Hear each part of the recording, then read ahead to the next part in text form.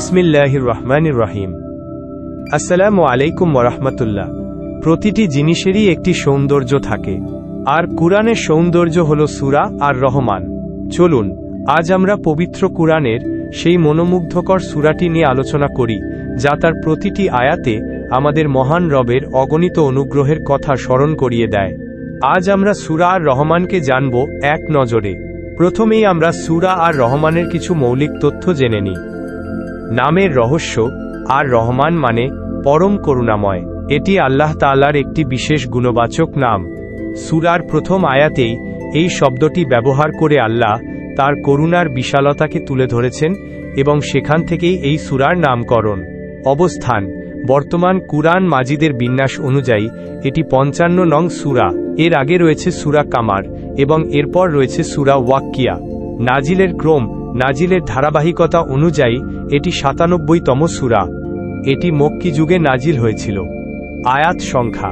এই সূরায় মোট ৭৮টি আয়াত রয়েছে।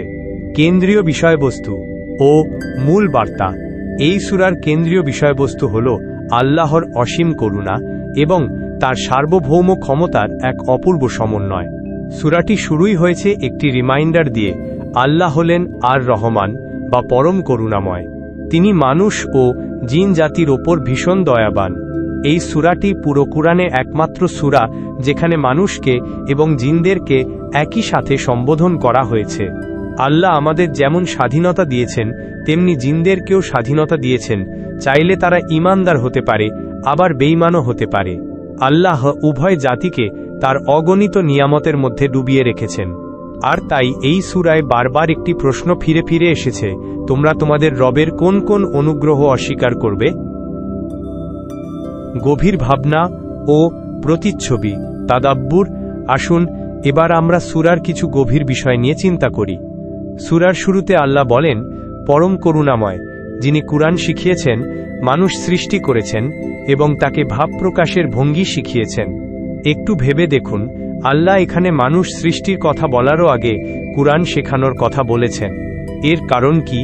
কারণ কুরআন শিক্ষাই হল সব নিয়ামতের সেরা, সবচেয়ে মর্যাদাপূর্ণ এবং উপকারী। কুরআন না শিখলে, সেই অনুসারে জীবন না সাজালে, কোনো মানুষই যেন পূর্ণাঙ্গ হতে পারে না। যারা তাদের রবের সামনে দাঁড়াতে ভয় পায়, তাদের জন্য পুরস্কারের বর্ণনা দিয়ে ৫৪ নং আয়াতে আল্লাহ বলেন, আর জান্নাত দুটির ফল থাকবে একেবারে কাছে। এই একেবারে কাছে শব্দটি খুব গুরুত্বপূর্ণ। জান্নাতের ফলগুলো জান্নাতীদের এতটাই কাছে থাকবে যে তারা শুয়ে, বসে বা দাঁড়িয়ে যখনই চাইবে হাত বাড়ালেই ফল পাবে। এটা কি স্বপ্নের মতো মনে হচ্ছে না? বাস্তবতা হল জান্নাত আমাদের কল্পনার চেয়েও অনেক বেশি সুন্দর। আল্লাহ আমাদের সবাইকে সেই জান্নাতের অধিবাসী হওয়ার তাওফিক দান করুন, আমিন। আয়াত ভিত্তিক বিষয়বস্তু বা ওভারভিউ। আয়াত ১ থেকে ২৫ গোলামদের ওপর আল্লাহর বেশ কিছু নিয়ামত বা অনুগ্রহের কথা আলোচনা করা হয়েছে।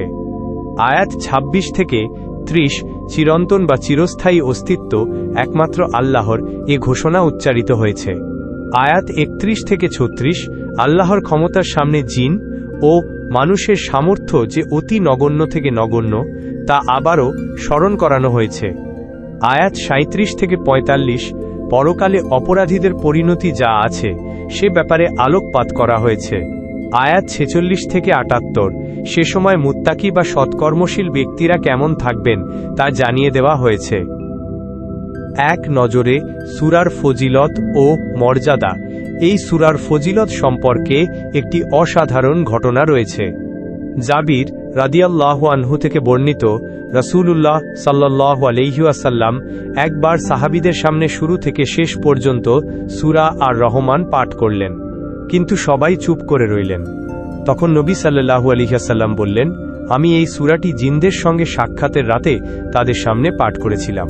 তোমাদের তুলনায় তারা উত্তম জবাব দিয়েছে। আমি যখনই তিলাওয়াত করছিলাম, তখনই তারা সমস্বরে বলছিল, হে আমাদের রব, আমরা আপনার কোনো নিয়ামতই অস্বীকার করছি না, আপনার জন্যই সমস্ত প্রশংসা। সুবহানাল্লাহ।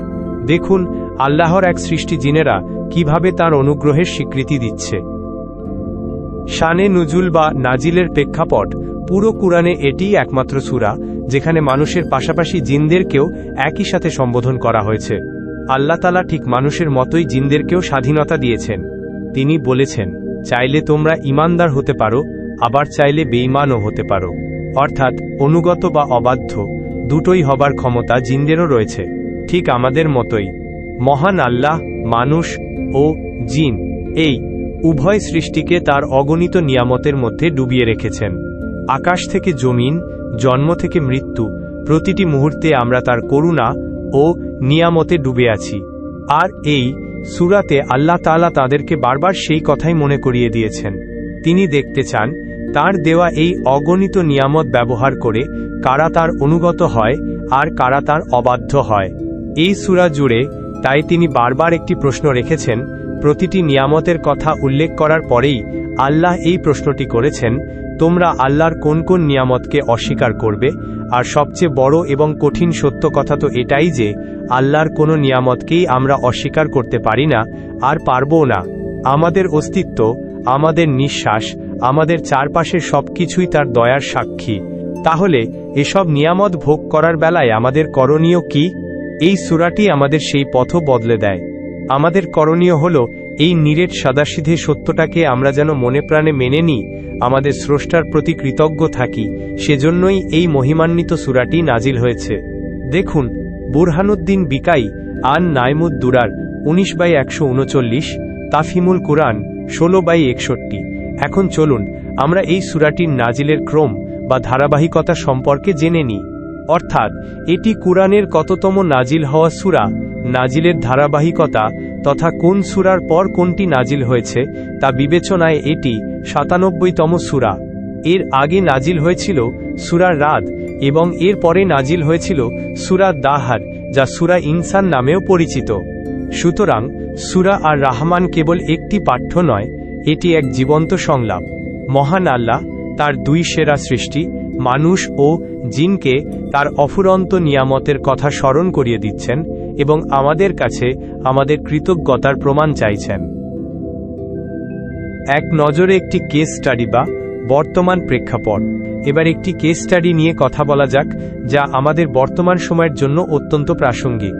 সূরার 41 নং আয়াতে আল্লাহ বলেন, আলামত দেখেই অপরাধীদেরকে চেনা যাবে, তখন তাদের কপালের উপরের চুল ও পা ধরে পাকড়াও করা হবে। আজ আমাদের চারপাশে তাকালে অনেক তরুণদের দেখা যায় যাদের চুলের স্টাইল অদ্ভুত। লম্বা চুল যা কাঁধের ওপর দিয়ে সামনের দিকে ঝুলে থাকে, অথচ এই স্টাইলটি কিয়ামতের মাঠে অপরাধীদের একটি চিহ্ন বহন করে, যাদের কপালের চুল ধরে জাহান্নামে নিক্ষেপ করা হবে। দুনিয়াতে আমরা কি জাহান্নামীদের পোশাক বা চিহ্ন শরীরে ধারণ করে ঘুরতে পারি? এর চেয়ে কষ্টের আর কি হতে পারে? আমাদের বুঝতে হবে আমাদের সত্যিকারের আইডলকে। এছাড়াও নবী সাল্লাল্লাহু আলাইহি ওয়াসাল্লাম আমাদেরকে কাজা থেকে নিষেধ করেছেন, অর্থাৎ মাথার কিছু অংশের চুল বড় রেখে আর কিছু অংশ ছেঁটে ফেলা যাবে না। সূরার গঠন এবং অন্যান্য সূরার সাথে সম্পর্ক। এই সূরার গঠন অত্যন্ত সুন্দর।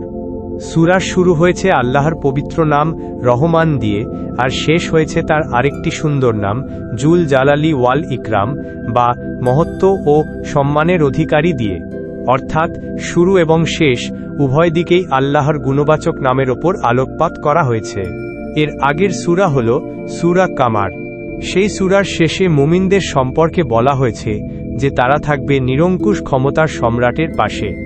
আর ঠিক এর পরের সূরা আর রহমানের শুরুতেই যেন সেই সম্রাটের পরিচয় দেওয়া হচ্ছে, তিনিই হলেন আর রহমান, পরম করুণাময় সত্তা। সূরার বিভিন্ন অংশ, সেগমেন্ট। এই সূরার বিষয়বস্তুগুলোকে প্রধানত তিনটি ভাগে ভাগ করা যেতে পারে। সেগমেন্ট 1, আল্লাহর অনুগ্রহ।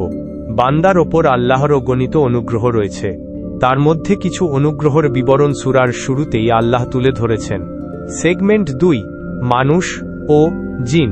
সূরার দ্বিতীয় অংশে আরও কিছু অনুগ্রহের বিবরণ এসেছে। সেই সাথে জানানো হয়েছে আল্লাহই সবচেয়ে বড় ক্ষমতাধর। জিন ইনসান কেউ তার নাগালের বাইরে যেতে পারবে না। সেগমেন্ট 3, মুশরিকদের সমালোচনা। ক্ষমতার দিক দিয়ে আল্লাহর চেয়ে বড় কেউ নেই, তাহলে ইবাদত তো কেবল তার জন্যই হওয়া উচিত, অথচ মুশরিকরা তাকে বাদ দিয়ে মূর্তির উপাসনা করে। পরিশেষে সূরা আর রহমান আমাদের জন্য এক বিরাট উপদেশ। এটি একদিকে আল্লাহর অগণিত নিয়ামত, যেমন এই আসমান, জমিন, ফল ফলাদি সাগর নদী এসবের কথা বলে। অন্যদিকে এটি আমাদের পরকালের চিত্রও তুলে ধরে। অপরাধীদের জন্য যেখানে রয়েছে উত্তপ্ত পানি আর জাহান্নাম, সেখানে আল্লাহর অনুগত বান্দাদের জন্য রয়েছে চিরসুখের জান্নাত। এই সূরা আমাদের শেখায়, আল্লাহর দেওয়া নিয়ামতগুলো ভোগ করার পর আমাদের একমাত্র দায়িত্ব হল একমাত্র তাঁরই ইবাদত করা, তার সাথে কাউকে শরিক না করা এবং কোনো অবস্থাতেই তার অবাধ্য না হওয়া। আসুন আমরা আমাদের রবের কোনো নিয়ামতকেই অস্বীকার না করি এবং বলি, হে আমাদের রব, আপনার জন্যই সমস্ত প্রশংসা। ভিডিওটি ভালো লাগলে লাইক ও শেয়ার করে সত্যের এই বার্তা ছড়িয়ে দিতে সাহায্য করুন। চ্যানেলটি সাবস্ক্রাইব করে আমাদের সাথেই থাকুন। দেখা হবে পরের কোনো ভিডিওতে। আসসালামু আলাইকুম ওয়া রাহমাতুল্লাহ।